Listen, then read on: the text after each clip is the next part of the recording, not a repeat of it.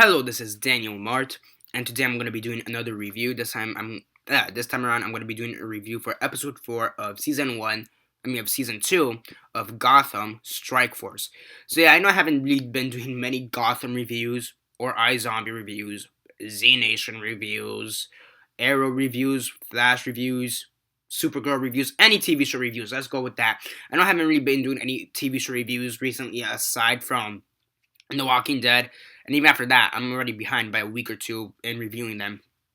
So yeah, but it's about to be Thanksgiving weekend, so let the TV show reviews commence. I'm gonna try to catch up on everything by the end of Thanksgiving weekend, so by Sunday. And yeah, I mean the only TV show review I've done, since everything started, it was the first episode of Into the Badlands, and the first episode of Supergirl. And I'm not gonna watch Into the Badlands again because it just didn't interest me. Supergirl I liked, but I haven't really had time to watch anything else aside from The Walking Dead. So now I'm here. Now, 10-second spoiler warning as usual for those who have yet to actually watch episode 4 of season 2 of Gotham Strike Force. For those who have yet to actually do that and haven't already, stop the video, go check it out, and come back here and watch the rest of this review.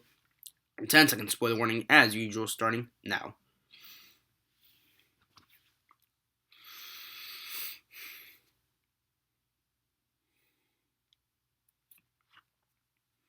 Okay, so 10 seconds are up. So for those who have yet to actually watch this, for those who have yet to actually watch the episode and haven't already, please, yeah, for those who have yet to watch the episode and haven't already, please don't comment down below or be messaging me. That never gave you a fair warning because as usual I did.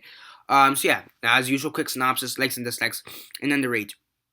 So basically, the GCPD is basically trying to gain control from what happened in the last few episodes, with Discount Joker being attacking GCPD and everything. They're still trying to recover. I still call bullshit that Jerome's dead. I mean, he's obviously dead. I just call bullshit because I thought he was gonna be the Joker, but now it turns out they're gonna somehow, in Jerome dying, he somehow influenced the Joker or some bullshit like that. It makes no sense to me. I don't get it, but whatever. But with the GCPD is still trying to recover from the attack, and now comes in Nathaniel Barnes, played by Michael Chiklis. He's the same guy who portrayed the Thing in the Fantastic Four movies, the early 2000 ones with like Jessica Alba and Ewan McGregor, I believe, or something like that. And Chris Evans, who turned out to be Captain America like 5 years later. Yeah.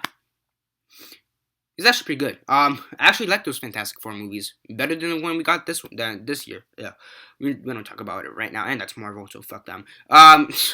So whatever. Yeah, Nathaniel Barnes. He's talking to Gordon. He's saying, you're gonna be my right hand man because you're one of the few people who are pure. And like one of the first things he does, he gets like 5 or 6 of the guys who he knows are shady. He gets 5 or 6 policemen who he knows are shady. He puts them in line and just fires them in an instant. And this one guy's like, no, you can't do that. He's like, okay, you're right, you can't do that. He turns him around. He's like, you have the right to remain silent. Anything you do and say will be used against you in the court of law and all this bullshit. It was just pretty funny. And oddly, like the other 5 or 6 officers are like, yeah, I'm gonna leave my badge and leave before I get arrested for being an idiot, more than I already am. So yeah, so they're basically trying to clean up Gotham. Harvey, he comes back into the fold. He becomes an officer again, and now they're basically recruiting people for their strike force. They go to a military base, kind of like a officer in training college camp type of situation. They go there, they pick up a couple recruits for them. And they're basically trying to, get rid of all the crime in Gotham. At the same time, we know that this Barnes guy, Nathaniel Barnes, he's trusting Gordon because he's the cleanest officer, or one of the cleanest officers, reputation-wise, in the business. However, recently he's been having deals with Penguin, and one of the first people they have to start going after is Penguin. So that brings a whole interesting situation to all of this. You have Theo. He's doing his shady stuff. I mean, he's doing his shady stuff. Pretty interesting there. Selena Kyle, she's being shady. You have the Pike brothers and the introduction of Firefly. And how they're basically trying to steal from some of these $1 million companies. or apartments or whatever. They're trying to steal from it. You know, the usual. They get this girl, the small girl who they abuse constantly, to do their business basically, and hence she gets the name Firefly. We see more of that in the next episode. So yeah, overall, really, it's actually a pretty good episode. I really like the aspect of the strike force thing. I think they did that a similar thing in the comics at one point. Because I remember that being like, I think that was like the first. I remember that being from the comics. I don't know if it was Batman specifically, but I remember that. For some, I don't know if I'm not mistaken. That was like the first name for the Suicide Squad, Strike Force or something like that. I don't know. I want to say it has something to do with Suicide Squad, but I'm not completely sure. And again, in a sense, it is suicide because I mean, being an officer or a firefighter or anything army based or like protection of the people, in a sense, it is kind of suicide because you are risking your life and for the good of people. So I guess in a sense it will make sense. Suicide Squad, Strike Force. I guess to a certain extent it would make sense.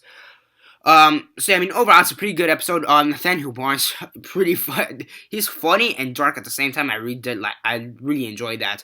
There's this fight between them and Victor Saz. A shootout. You have Victor Saz. He injures one of the new recruits, and at one scene they're all laughing like, "Yeah, these bulletproofs do work." And then Bullock's like, "Shut the fuck up," because you might have been lucky this time, but we never know what could have happened, what could have gone wrong, who could have been killed. And they're like, "Oh, you're right, poo." So it's just kind of funny. Yeah, I mean, like, tough love. Overall though, it was a pretty good episode. You have the 4 new recruits. They're pretty cool. Pretty kick ass, I guess you could say. Actually, yeah, and they kind of feel like kick ass. Like not the comic book, but actually, yeah, they kind of feel like a bit like the comic book kick ass. I know that's is that Marvel? I'm not sure actually, or no, is that Vertigo? I don't know. I know Kick Ass is more like an independent thing, but I'm not sure if it's a spinoff from DC or Marvel. I forget. But in a sense, they kind of are. If you kind of feel like they are a bit like Kick Ass, like the characters in the Kick Ass movies, because or at least the good characters in Kick Ass movies, because they're kind of this team of people who are kind of put in together and they're trying to stop crime. So again, pretty good. Overall, though, it's a really great episode. I really did like it. The new dynamics. This Barnes character pretty interesting. I want to see how he moves forward with Gordon, and if Gordon's association with Penguin will eventually be found out, that would be interesting. And I mean, Theo, he's evil. Because Theo, he basically kidnaps and blackmails. He kidnaps Penguin's mother, and she's kind of insane as it is. So he wants to protect her as much as possible. So he blackmails the guy.